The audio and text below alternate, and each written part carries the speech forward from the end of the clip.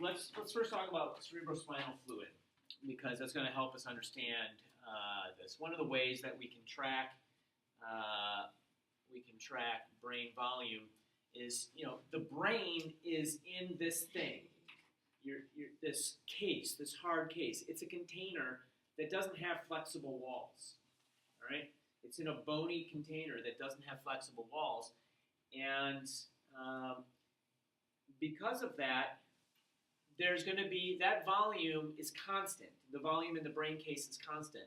And there's going to be this trade-off between the volume of brain tissue and what's called the cerebrospinal fluid, the fluid that it's surrounding in, that it's swimming in. So I earlier in class, I described humans as these giant sort of squishy worms living in this life support vest of a body, right? And in fact, what these worms that are swimming in some sort of like ocean broth, which is our cerebrospinal fluid. It's going to surround the brain and the spinal cord, support it. It's going to cushion those very delicate neural structures. It adds nutrients, various chemical messengers, and to the brain, and takes away waste products from the brain. So I'm sorry that everything, my technology is not going the way I wanted it to go today. But on the left, we have the extraventricular volume of cerebrospinal fluid. And this is age along here. This is age. And this is volume of cerebrospinal fluid. So as you get older, the volume of cerebrospinal fluid goes up. And this is data that's based on, so for men and women, this is based upon fMRI, not fMRI, just MRI data. And then in this chart, they have the extraventricular CSF volume and the brain volume. And there's a direct correlation between that. And so it looks like brain volume is going up, but this is actually an inverse scale. So lower brain volume is down here, higher brain volume is down here. So when you have high brain volume, you have low cerebrospinal fluid. When you have low brain volume, you have higher cerebrospinal fluid volume. All right? So with age, all of our brains shrink. They just shrink. We lose gray matter, and it gets replaced by cerebrospinal fluid. Okay? So as you go from, this has people at 25 up to 80 years of age. All right? So that kind of sucks, right? So this is not meditation. There's no meditation here. This is just the phenomenon of our brains shrinking and being replaced by cerebrospinal fluid as we get older. Right, so here's a study that came out of UCLA. And what did these people do? Well, they took 100 people. 50 of them were meditators. 50 of them were not. Were just people. And 28 men and 22 women in each cohort, so the numbers were completely comparable. And their ages ranged from a little bit older than you to much older than me. The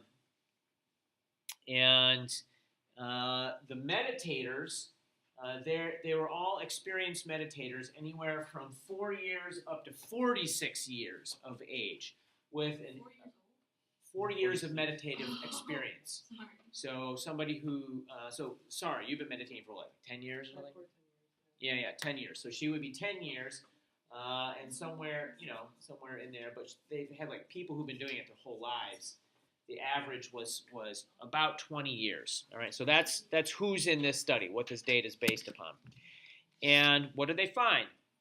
Well, people who've been meditating for an average of 20 years had more gray matter volume throughout their entire brain than non-meditators. That was the finding. Let's see what the data looks like. Here we go. So here is age. Here is age, right? and here is gray matter in their brain, looking at the gray matter. These people, the previous slide that I showed didn't separate gray matter and white matter.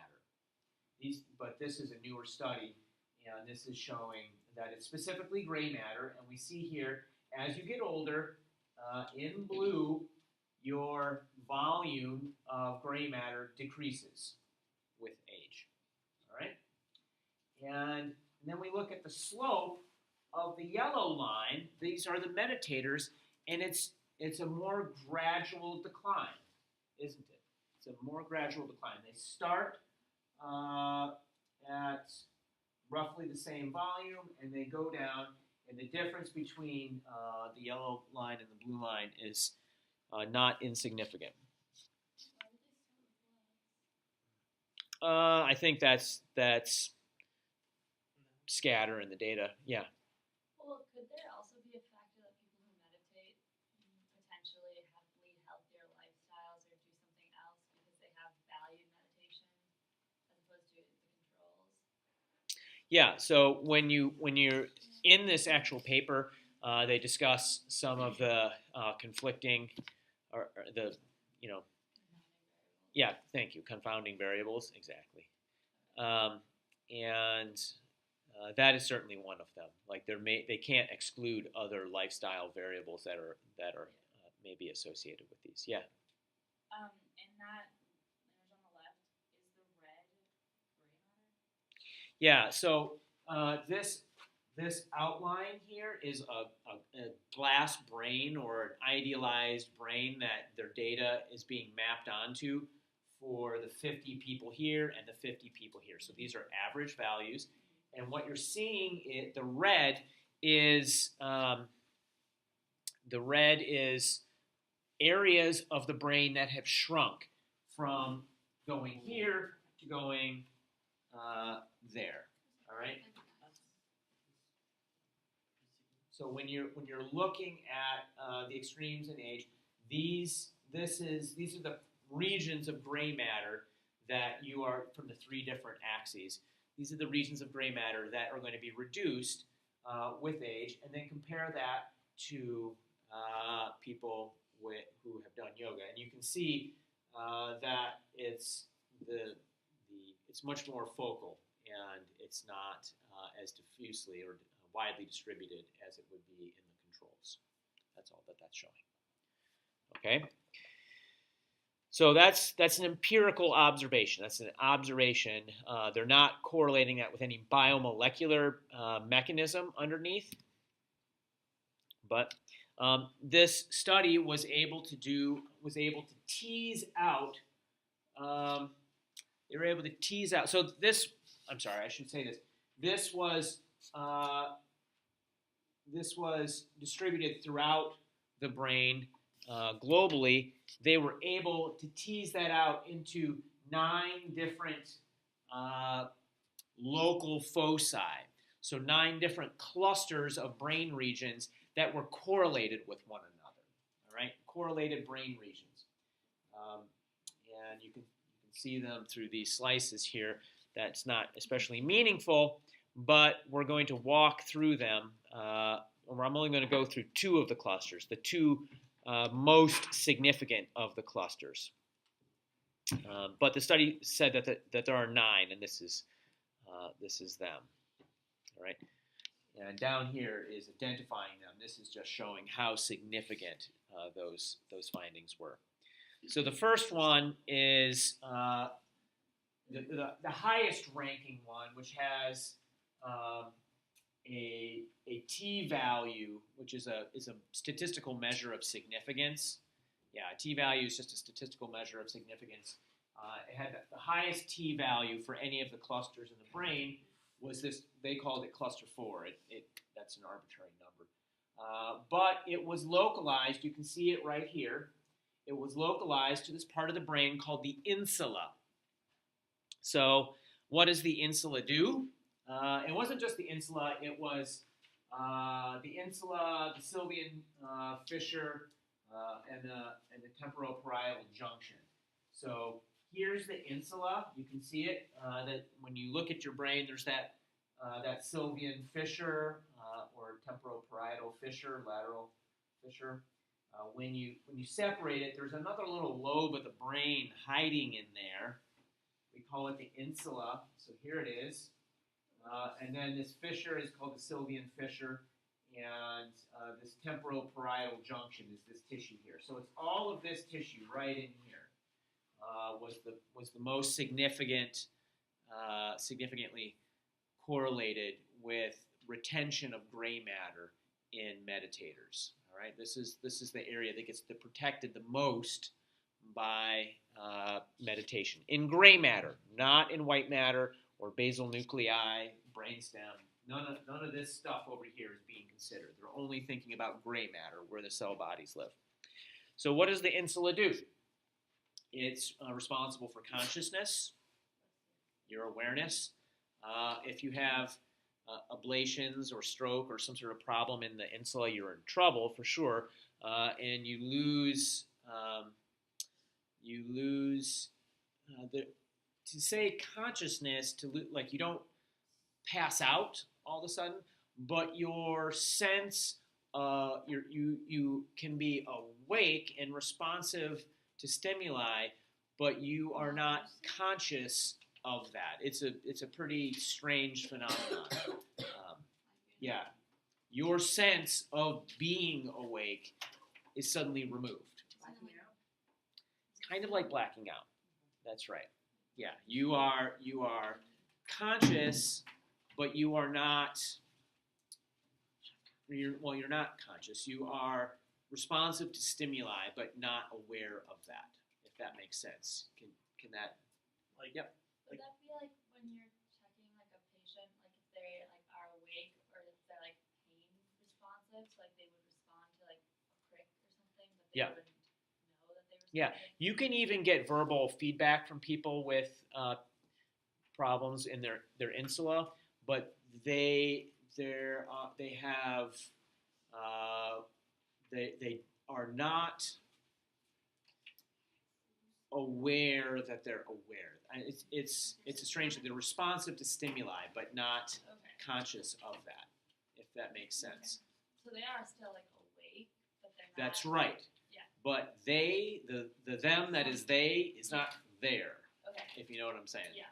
Yes. Wait, so like, let's say if I were in that state and you were to punch me really hard, it would hurt, and you would feel pain.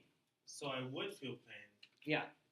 But the you that says, I am me, I am experiencing this, would not be there as part of the thing that is experiencing pain.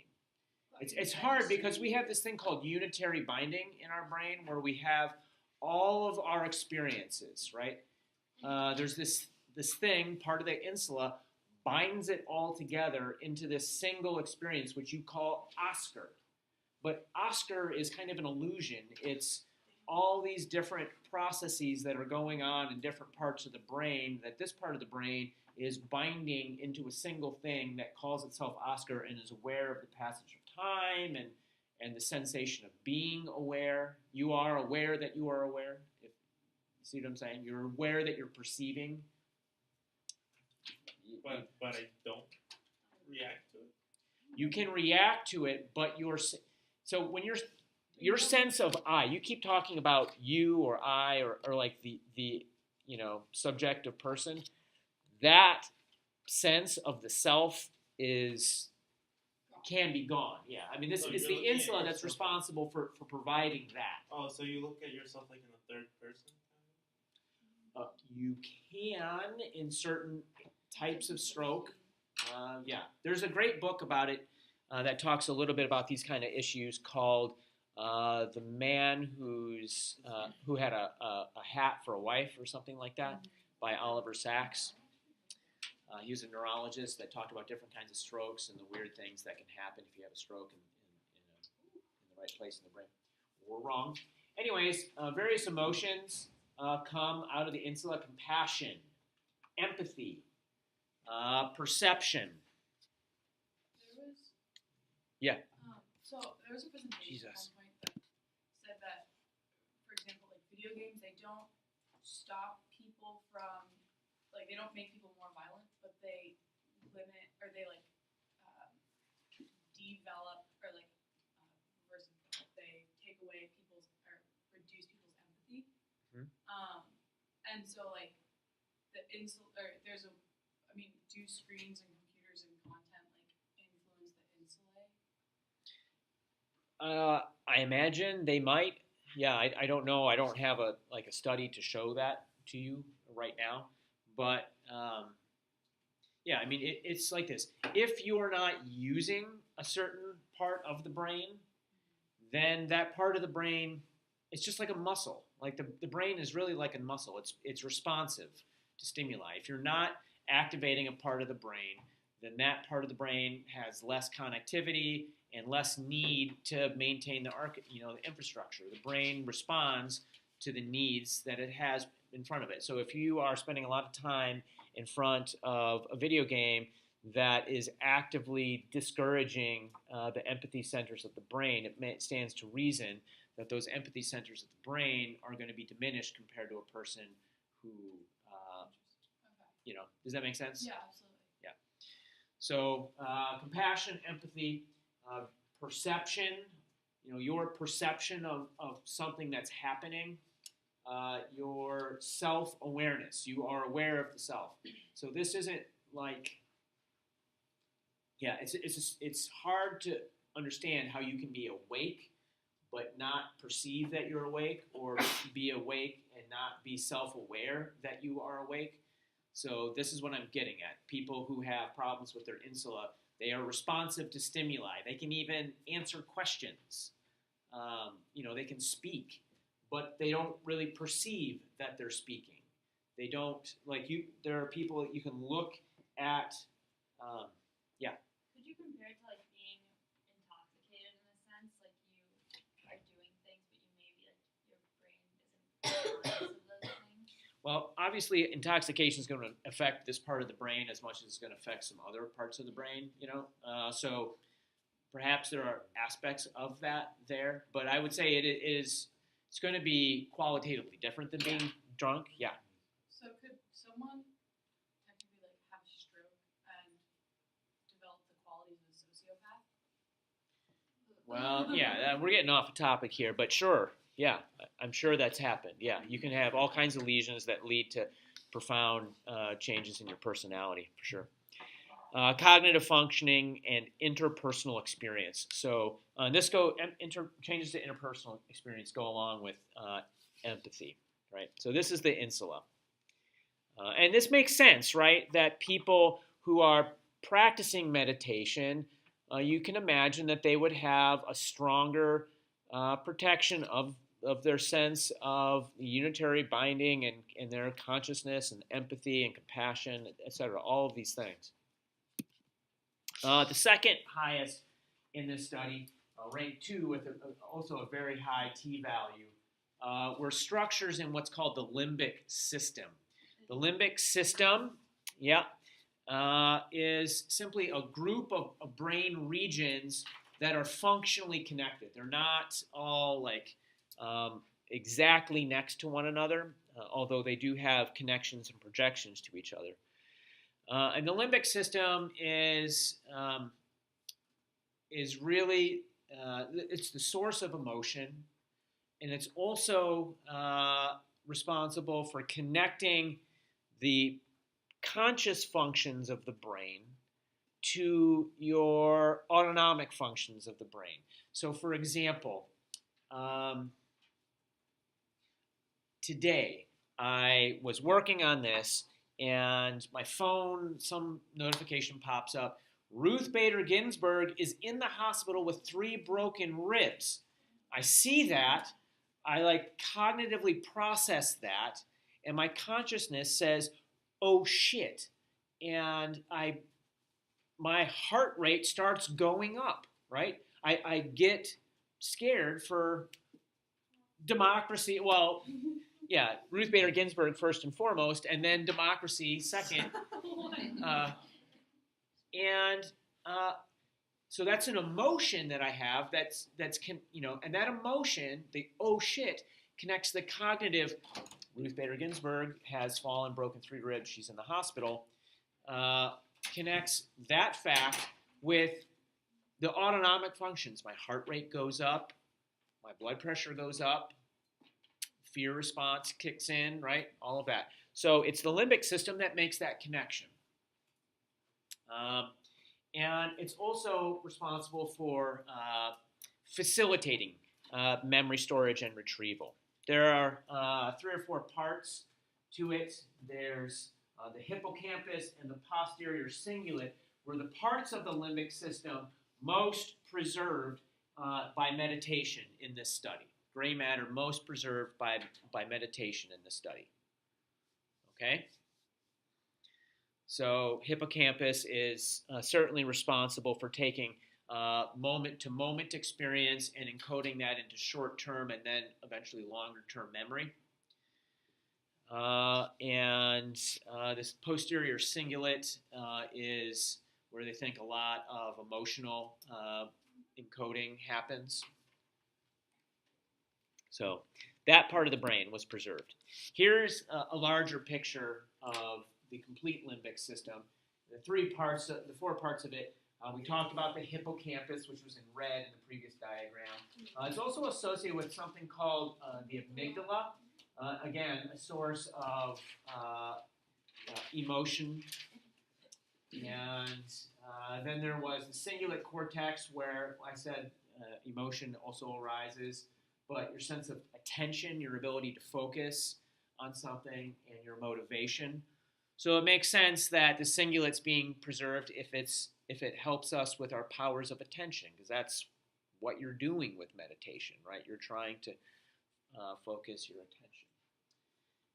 And then lastly, the thalamus is part of that. And what did I say the thalamus did the other day? Nothing that you perceive as having happened, no sensation that you have that reaches your conscious awareness didn't have a synapse in the thalamus, right? So if you get any kind of sensation, as I'm doing this, I'm lighting my thalamus up. As you hear me, your thalamus is lighting up somewhere, all right? So if you perceive something, if some stimulus reaches the conscious awareness, it goes through the thalamus. That's the limbic system. Oh, yes, sir. So for example, yeah, that does that. But what if you're not? So let's say someone touches you, but since you were focusing on something else, you don't process it. You don't realize someone touched you. Mm-hmm. Did it fail to did the thalamus fail to capture that, or did it capture it? Your brain just you yourself consciously just didn't notice it? Yeah, that's a great question. There's a complicated answer to that question. So what you're talking about is filtering, signal filtering in the nervous system, and how your entire nervous system determines what is meaningful information and what is not meaningful information. So, for example, as we've sat here, you have been listening to my voice or whatever you've been listening to, maybe the clock ticking or something, but the whole time the fan on that has been running. The fan has been running the whole time, and only when I draw your attention to it does it impinge on your head, on your mind, right? And so you're asking what's happening. Is there signal happening in the thalamus as you're filtering that out? The answer is yes and no, all right? The signal that's coming from that when you're not listening to it, when you're not focusing your attention on it, is probably being being filtered down so that the stimulus that is the signal that's arising in the thalamus from that is lower than it would be if you were focusing your attention on it. So remember we talked about feed forward regulation in a homeostatic system. That same principle applies in neuronal pathways as well. And I don't want to get too deep into it because it's a whole lecture. For example, I've given you the example, when you're about to jump somewhere, you're about to start a race. Before you even start the race, your heart rate goes up because there's that anticipatory feed-forward response that's happening. It's that same thing when you're but it's in a negative rather than potentiating it. Okay, so how does this work? How does this protection of gray matter work? There's really two ways that you can imagine it happening. There's either meditation is inducing gray matter gains, so that's neurogenesis, nerve, neuron, genesis, new birth, so the birth of new neurons. Neurogenesis is masking typical losses, or it's just conserving gray matter over time, so less of the cells are dying. So here's a normal person here, and there they are, nice and young, like you guys, and then here you are, like me, and look at all these brain cells that have died since I was your age. Yeah, too many, my God. If I had been meditating that whole time, is it either that some of those brain cells that had died have been replaced by the growth of new neurons, or is it that less of them die in the first place? That's the question, and they haven't really established that. There's evidence that supports both of these mechanisms, and it may be a combination of both of these mechanisms. We're not going to go through quite all of them, but some of the effects of this, some of the molecular mechanisms behind these two are right here. And this is going to lead into what the last part of the lecture, which will then we will explore in lab today. So is it an immune response, right? So if we do meditation, we're lowering our stress levels, and that's protecting us from the harmful effects from the immune response gene expression. So when you have reduced stress, you're turning down gene expression of pro-inflammatory immune molecules, right? You're reducing inflammation. Meditation reduces the immune response in the body, the pro-inflammatory immune response. Next, and this is the one that we're going to talk about in lab today, a reduction in what's called the HPA axis hyperactivity. And HPA, we'll see it in the next slide, but it stands for hypothalamic pituitary adrenal axis and lowered cortisol. This is essentially the response to the sympathetic nervous system, right? And so we're gonna begin to explore that.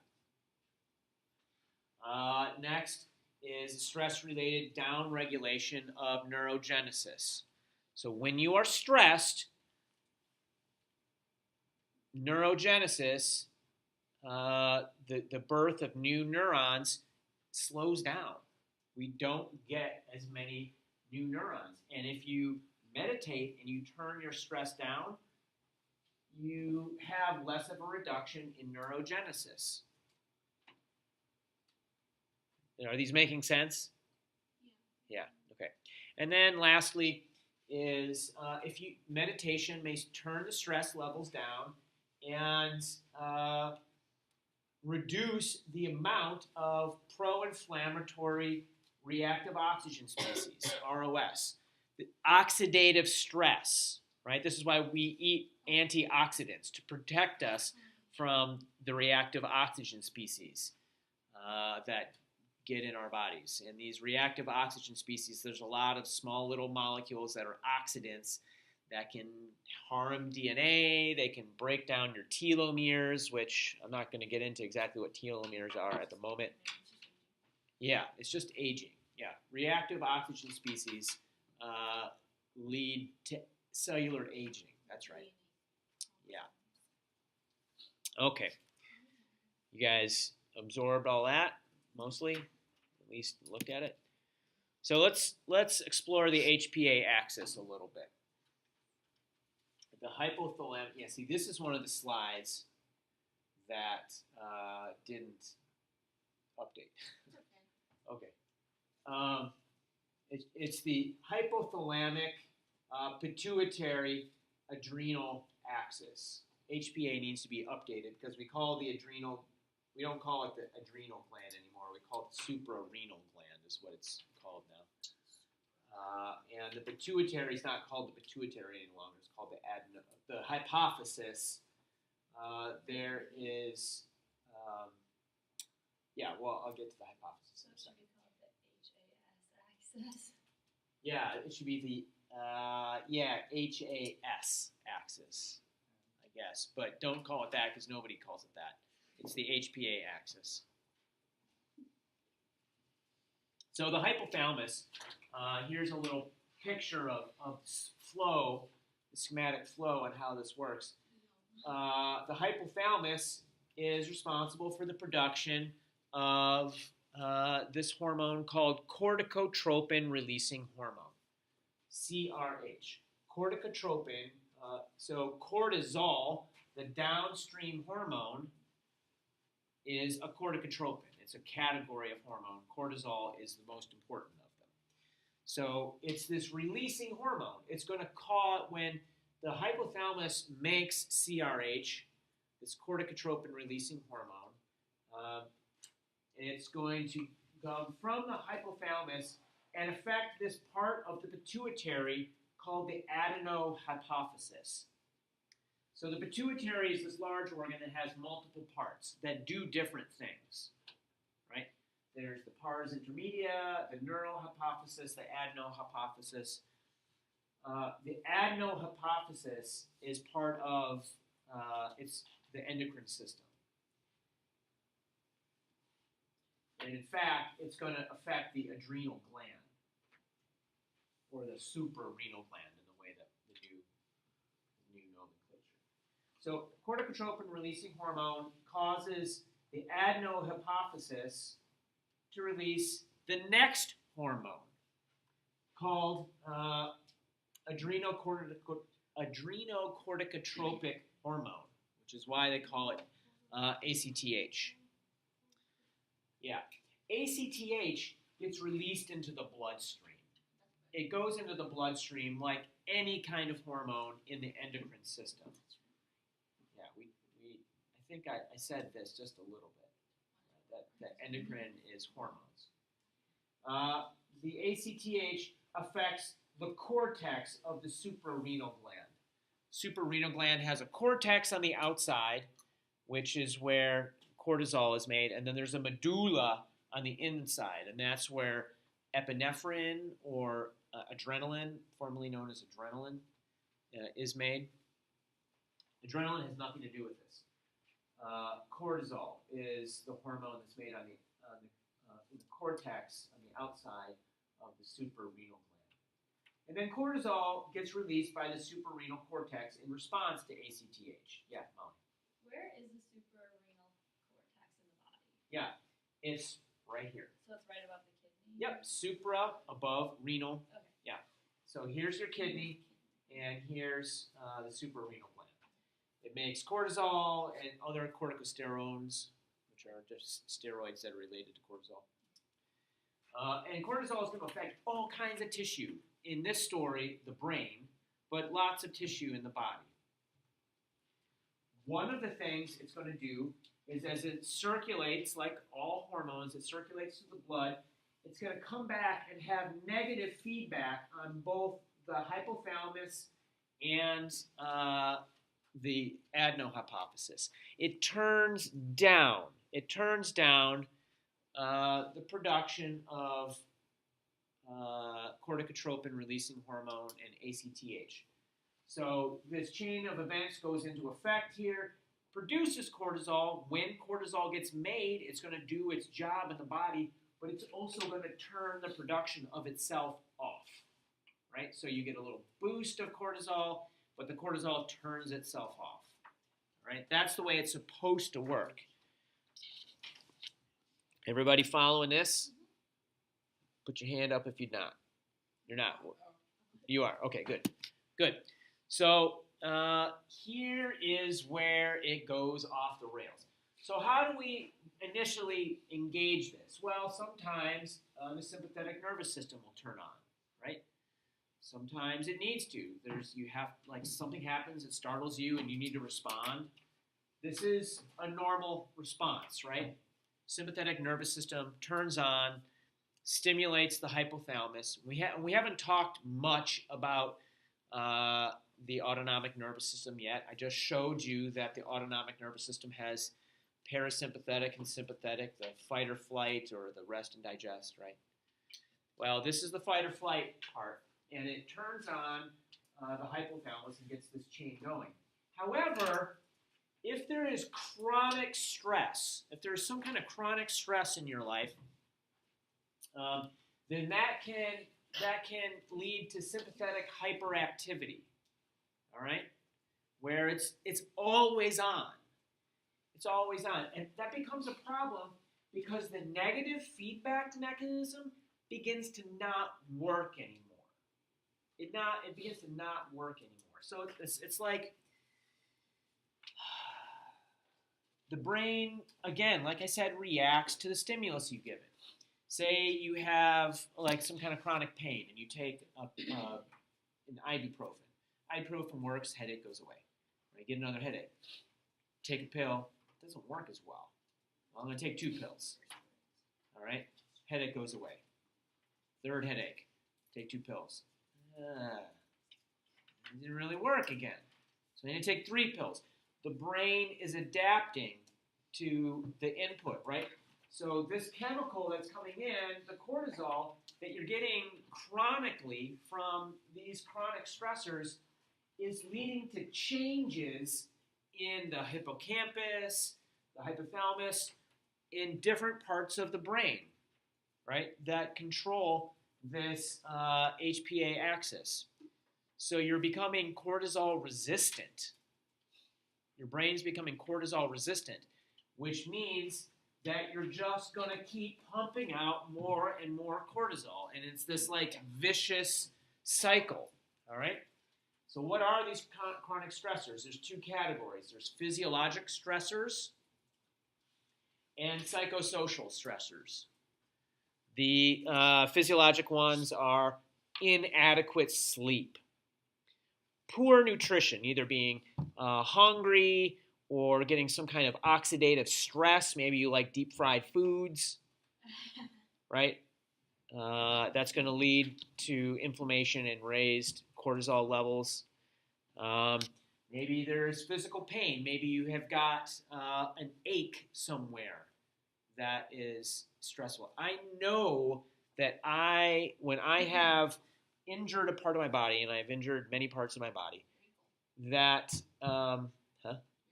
Yeah, it's my ankle. I was looking at my ankle. When I do that, I'm definitely grouchier. When I'm dealing with physical pain, my ability to be patient goes down. My mood deteriorates. So physical pain leads to elevated cortisol. Cold. They've done all these experiments looking at people who are exposed to shivering cold for long periods of time, have elevated levels of cortisol and lead to the same kind of stress. But there are also psychosocial ones, so emotional distress, right? There's a lot of emotional distress, PTSD, anxiety, depression, et cetera, et cetera. Depression may be the cart before the horse, like egg or the chicken, right? Because this kind of thing leads to depression. So, what's the causative agent there? Social threat. What is social threat?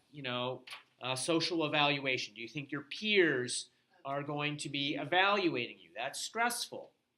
That leads to elevated cortisol. Social exclusion. All kinds of social, psychological, interpersonal dynamics can lead to chronically hyperactive sympathetic nervous system and cortisol hyperactivity. All right. So what are the effects? What are the effects on the body of all this? All right. We can break them down into two categories. They're systemic. These are things that affect the whole body. For example, we can have high blood pressure. Why? Well, there's a number of reasons. I could probably do several slides just on each of these, but for example, it directly leads to cortisol leads to vasoconstriction. That means the blood vessels get smaller. That raises your blood pressure, less volume for the blood, same volume of blood to be in, higher pressure. Renal sodium retention. Your body conserves sodium under the direction of cortisol. And if it conserves sodium, water follows sodium, it can like bloat you and raise your blood pressure because you're keeping fluid on board. Yep, Molly, trying to figure that out.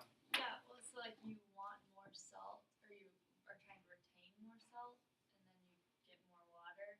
Yeah, that's right. Water. We haven't gotten into how the kidneys work, but the kidneys are the key element, the key organ for maintaining blood pressure, right? Because you're constantly losing fluid through your kidneys, and that fluid's got to come from somewhere. It's coming from your blood, right? So,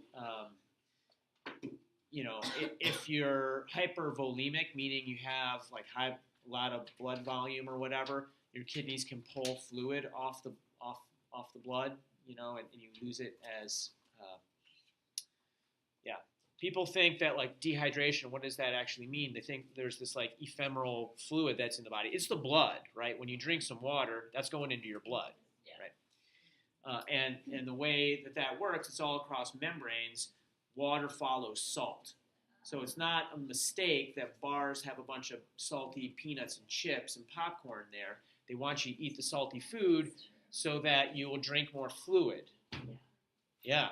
Wow. It's not a mistake that Coca-Cola, look on the back of a can of Coca-Cola, there is huge osmolarity in there. There's a ton of salt in a can of Coca-Cola, and they mask it with sugar, which also increases the osmolarity. And they make so drinking Coke makes you more thirsty, so you'll drink more Coke. So it's not that you're addictive; it's just your body's responding to. It's a type of addiction, yeah. It is a type of addiction, but yeah, it's responding very biophysically to what's going on. Does that also happen with like juices and stuff? Well, juices don't have as high of a sodium content. There's a lot of sugar in juice, which can also have a similar effect, but you're going to reach the renal threshold of the sugar, and the sugar is going to pass the renal, blah, blah, blah. Let's not get into the kidney. But I'm just curious, like when I drink anything other than water, most of the time I don't feel like my thirst is quenched. So I was wondering. sure, there is some effect. Yes, absolutely. It's not as profound as like a Coke because there's salt in there, and salt is really potent. So it's going to suppress your immune system. Hepatic gluconeogenesis. So that's a pretty crazy term there, but it just means that your liver, hepatic means liver, and your liver starts making new sugar. It starts making new sugar. That's going to increase your blood sugar. All right, it increases your blood sugar because you're under stress. You want higher blood sugar so you can deal with the problem. You don't want low blood sugar when you're fighting or flighting, right? Fighting or fleeing. And that's going to lead to increased diabetes, increased incidence of heart disease, if you have chronic levels of cortisol elevation, abdominal fat storage, right? So, like you can imagine the office worker who's like constantly stressed or whatever, the big gut, like slugging down some Coca-Cola, diabetes, heart disease. The cortisol increases abdominal fat storage, and there's a lot of biochemistry behind this that I'm not going to go into with you guys. But here I threw this one in because you would recognize this. Cortisol inhibits osteoblasts. So you reduce bone formation. It elevates what's going to happen if that happens? If you inhibit your osteoblasts, what's going to happen to circulating calcium levels? They'll go up, won't they? They'll go up because osteoclasts are still working. It's putting more calcium on hand for the neurons in your body, because we haven't talked about how neurons work in detail yet, but they need calcium to be able to do their thing. Okay, so this is all systemic. I haven't talked about the brain here yet at all, have I? Here are the neurocognitive ones.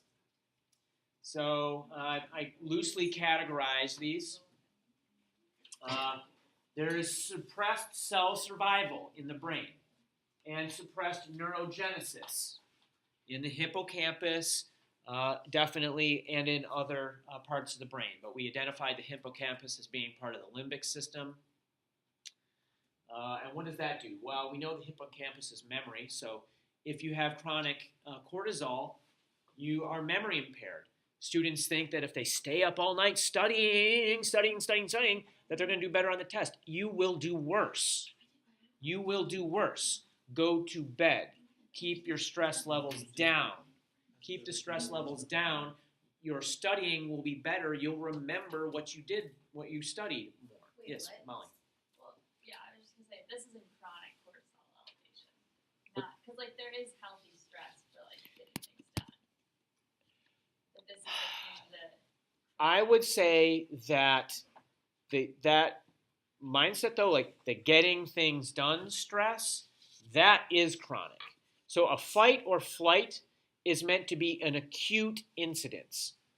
This, like, I see something, I need to run away. I'm not going to run away from something for the next week or the next day. That is chronic. That's called chronic. We haven't gone through the time course of.